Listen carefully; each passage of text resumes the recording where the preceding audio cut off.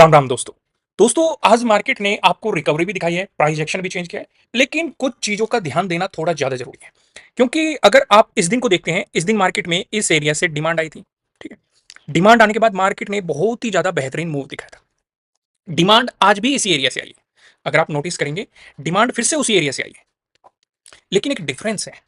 Difference क्या है? जब ये डिमांड क्रिएट की गई थी, साफ साफ दिखाई दे रहा है बायर्स कितने हावी है। यहां पे फाइट चली है, पहले ऊपर गया फिर नीचे आया, फिर से उसी डिमांड जोन से फिर से डिमांड आई मार्केट में, फिर से मार्केट ऊपर गया फिर से नीचे चला गया। उसके बाद मार्केट ने एक मूव दिखाया, लेकिन तब भी उतना मूव नहीं दिखाया जितना कि पहली बार जब इस एरिया से डिमांड आई थी उतना मूव दिखाया। तो क्या इसका मतलब कोई नेगेटिव इंपैक्ट हो सकता है इसका? इसका मतलब ये बिल्कुल भी नहीं है कि इसका एक नेगेटिव इंपैक्ट हो सकता है। इससे हमें ये पता चलता है कि नेक्स्ट इंपॉर्टेंट रेजिस्टेंस जो R1 है, वो हमारे लिए प्राइस एक्शन के अकॉर्डिंग या फिर डिमांड जोन के अकॉर्डिंग कौन सा हो सकता है। पहली चीज आपको ये समझ में आई होगी। दूसरी चीज पे भी ध्यान दो। मार्केट ने 24,500 का ब्रेकआउट दे दिया है। इस एरिया पे अगर आप नजर डालेंगे, मार्केट ऊपर जाता है, यहां से एक बहुत बेहतरीन एक रिवर्स कैंडल दिखाता है और फिर मार्केट यहां पे सपोर्ट लेके ऊपर की तरफ मूव कर जाता है। यानी कि इसे रिटेस्ट भी करता है, ब्रेकआउट देने के बाद भी रिटेस्ट करता है। यानी कि बहुत अच्छा पॉजिटिव प्राइस एक्शन बनाते हुए मार्केट इस एरिया का आपको ब्रेकआउट यहां पे दे देता है। साफ साफ आपको यहां पे चीजें दिखाई दे रही है। दूसरा, एक चीज पे और फोकस करो। यहां पे आपको जो चीज फोकस करने लायक है वो भी मैं आपको समझाने की कोशिश करता हूं। बहुत सारे लोग इस वाली कैंडल पे ट्रैप हुए होंगे, क्योंकि 24,500 एक इंपॉर्टेंट रेजिस्टेंस जोन था। और रेजिस्टेंस जोन पे आपको काइंड ऑफ एक इन्वर्टेड हैमर टाइप या shooting star type formation candle मिल रही है। और काफी लोग इसका स्टॉप लॉस लगा के इसमें ट्रेड करने की ट्राई करते हैं कि मार्केट रिवर्स आ सकता है। लेकिन मेरी एक बात पे ध्यान दो।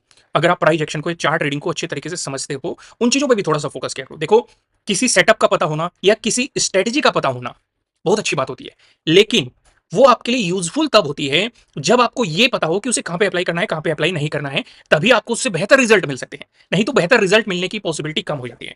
अब इस सिनेरियो को समझो कि यहां पे इसका रोल क्यों नहीं था। हालांकि ये एक इंपॉर्टेंट रेजिस्टेंस जोन से थी, अच्छी वीक दिखाई दे रही थी, बॉडी के कंपैरेटिवली बहुत अच्छा प्राइस एक्शन भी आपको बनता हुआ दिखाई दे रहा था। लेकिन दो रीजन है जिसके कारण इसमें ट्रेड नहीं बनती। एक रीजन आप सभी जानते होंगे कि इसके बाद कोई भी फॉलोअर कैंडल नहीं मिली जो इस मूव को कंटिन्यू करे। पहला तो रीजन आपको सही पता है। दूसरा रीजन, कितने लोग जानते हैं कि दूसरा रीजन क्या है इसमें ट्रेड ना लेने के पीछे? जल्दी से कमेंट करके बताइए, अभी मैं भी आपको एक्सप्लेन करूंगा। और एक और बात, ईमानदारी रखा करो। जो भी आपसे सवाल पूछे जाते हैं उनका जवाब देने की कोशिश किया करो। इससे आपकी चार्ट रीडिंग और ज्यादा स्ट्रांग होगी। भले ही गलत जवाब दे रहे हो आप या सही जवाब दे रहे हो, या 50% गलत या 50% सही जवाब दे रहे हो, उससे मैटर नहीं करता। मैटर ये करता है कि आप जवाब दे रहे हो, समझ में? तो इसलिए जवाब देने की कोशिश किया करो। अब मैं आपको जवाब देता हूं। दूसरा बहुत इंपॉर्टेंट चीज है, लोग ये पेड कोर्सेज में सिखाते हैं, लेकिन मैं आपको फ्री में सिखा रहा हूं, तो इसलिए समझने की ट्राई करना। इस एरिया को समझो। इस एरिया पे हुआ क्या है? इस एरिया पे मार्केट यहां से मूव करता है, अपने ट्रेडिंग डे हाई का भी ब्रेकआउट मार्केट दे देता है। प्रीवियस डे क्लोजिंग और प्रीवियस डे लो मार्केट का पास में है, उस एरिया से मार्केट सपोर्ट लेके आता है, ट्रेडिंग डे हाई का ब्रेकआउट देके मूव दे देता है। इस एरिया पे मार्केट आता है, रेजिस्टेंस की थ्रेट करता है, फिर गिर जाता है, फिर से इस एरिया पे आता है, रेजिस्टेंस की थ्रेट करता है, फिर गिर जाता है, फिर से इस एरिया पे आता है, रेजिस्टेंस की थ्रेट करता है, फिर गिर जाता है। यानी कि ये एक इंपॉर्टेंट रेजिस्टेंस जोन है। कुल मिला के इतना समझ में आया कि नहीं? ध्यान रखना, अभी सारी चीज रिलेट हो जाएगी। रेजिस्टेंस था, ठीक है। फिर मार्केट यहां से आके इस रेजिस्टेंस जोन का ब्रेकआउट दे देता है, ब्रेकआउट दे दिया इस रेजिस्टेंस जोन का। हमारा सिंपल सा रूल है, अगर रेजिस्टेंस है, कोई रेजिस्टेंस है, ब्रेकआउट मिलता है, तो उसकी सपोर्ट की ट्रैक करने की पॉसिबिलिटी बढ़ जाती है। अब यहां पे ये एक स्ट्रॉन्ग, बहुत ही अच्छा नेगेटिव साइड प्राइस एक्शन बनाता है, लेकिन नजदीकी सपोर्ट भी है। अगर आप देखेंगे, बिल्कुल सपोर्ट इसी के आसपास है, और इसी वजह से आपको कोई फॉलोअर मूव नहीं मिला। अगली 4 नहीं 5 कैंडल पे फोकस करो। पांचों कैंडल ने इसी सपोर्ट जोन पे सपोर्ट लिया है। इसलिए तो मैं कह रहा हूं कि चार्ट रीडिंग को बिल्कुल भी हल्के में मत लो। जितना ज्यादा इसकी डेप्थ में जाओगे, उतनी ज्यादा आपकी क्लियरिटी बढ़ जाएगी कि कहां पे ट्रेड को अवॉइड करना है और क्या लॉजिक है उसके पीछे। कितने लोग इस लॉजिक को जानते थे? मुझे कमेंट करके बताइए। कुछ इंटरेस्टिंग सीखने को मिला हो तो वो भी आप कमेंट करके बता सकते हैं। वीडियो को लाइक करना, नए हो सब्सक्राइब करना अभी जाइए नहीं, वीडियो खत्म नहीं हुआ है, हम आगे बढ़ते हैं, ठीक है। आज की ट्रेड के पीछे बहुत सिंपल सा लॉजिक था। मार्केट ने अपने previous day closing, previous day लो पे सपोर्ट लेके बाउंस मारा है, ट्रेडिंग डे हाई का ब्रेकआउट दिया है, साथ के साथ फिर एक इंपॉर्टेंट जोन 24,500 का ब्रेकआउट दिया है, रिटेस्ट किया है। बहुत अच्छे प्राइस एक्शन मार्केट में आज के सिचुएशन पे बनाए हैं, जो भी आपने देखे हुए। क्लियर हो गया? यहां तक कोई कंफ्यूजन नहीं है? आगे बढ़ते हैं। अब हम समझते हैं कि हुआ क्या है वन डे के टाइम फ्रेम पे। कल हम क्या देख रहे थे? कल नहीं, परसों से शुरुआत करते हैं। परसों से यानी कि नेक्स्ट टू नेक्स्ट जो last to last trading session था, उससे शुरुआत करते हैं। कैंडल पे फोकस करो, ठीक है। इस तरह की ग्रीन कैंडल देखने को मिली थी, ये वाली कैंडल, ठीक है।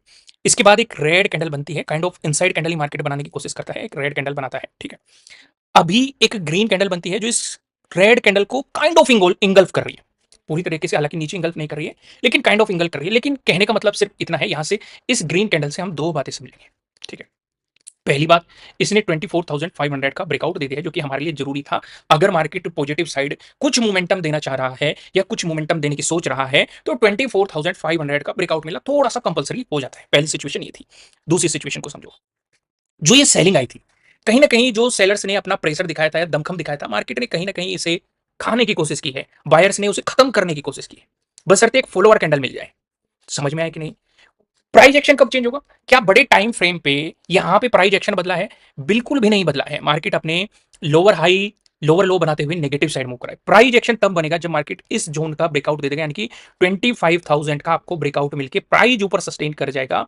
वहां से आपका प्राइस एक्शन बदलने की पॉसिबिलिटी बनेगी। समझ में आया कि नहीं? एक और कंडीशन रहेगी, कई बार मार्केट ब्रेकआउट देके वापस आ जाता है तो उससे प्राइस एक्शन चेंज नहीं होगा।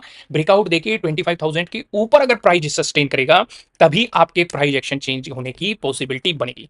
तीसरी एक और चीज पे फोकस कर लो। ये जोन भी काफी ज्यादा इंपॉर्टेंट था, मार्केट इसका भी ब्रेकआउट दे चुका है। अब इसके बाद फॉलोअर कैंडल का सभी को इंतजार है। अगर फॉलोअर कैंडल मिलती है तो ये ब्रेकआउट सस्टेन करेगा, नहीं तो इस ब्रेकआउट के फेल होने के चांसेस काफी ज्यादा बढ़ जाएंगे। यहां तक सिचुएशन समझ में आ गई? आइए वापस हम उसी सिनेरियो पे आते हैं। मैं यहाँ पे 15 मिनट का टाइम फ्रेम कर देता हूं, क्योंकि थोड़ा सा अब हम एडवांस चलेंगे।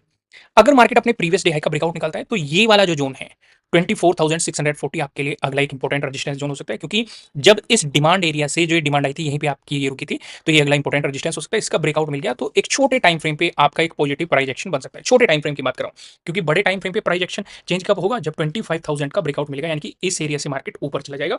बड़े टाइम फ्रेम पे प्राइस एक्शन चेंज होने की प्रोबेबिलिटी तब बनेगी। लेकिन अगर मार्केट नेगेटिव मूव देता है, तो उस सिचुएशन पे आपके लिए एक इंपॉर्टेंट सपोर्ट इस एरिया में बन सकता है 24,500।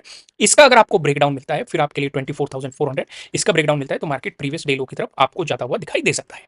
आइए बैंक निफ्टी पे एक नजर डाल लेते हैं। बैंक निफ्टी पे क्या सिचुएशन दिखाई दे रही है? 15 मिनट का टाइम फ्रेम लेके चलते हैं। यहां पे भी आप देखेंगे इसी एरिया के पास से यहां पे भी डिमांड आई है बैंक निफ्टी में, आप साफ साफ देख सकते हैं। लेकिन इसने भी अपने उस हाई का ब्रेकआउट नहीं दिया है।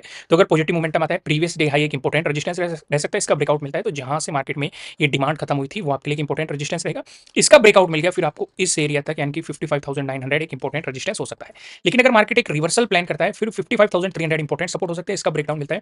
फिर 55,100 इसका ब्रेकडाउन मिलता है, तो ये वाला डिमांड एरिया आपके लिए सपोर्ट की तरह एक्ट करने की पॉसिबिलिटी रखता है। तो दोस्तों वीडियो को लाइक करना, नए हो सब्सक्राइब करना।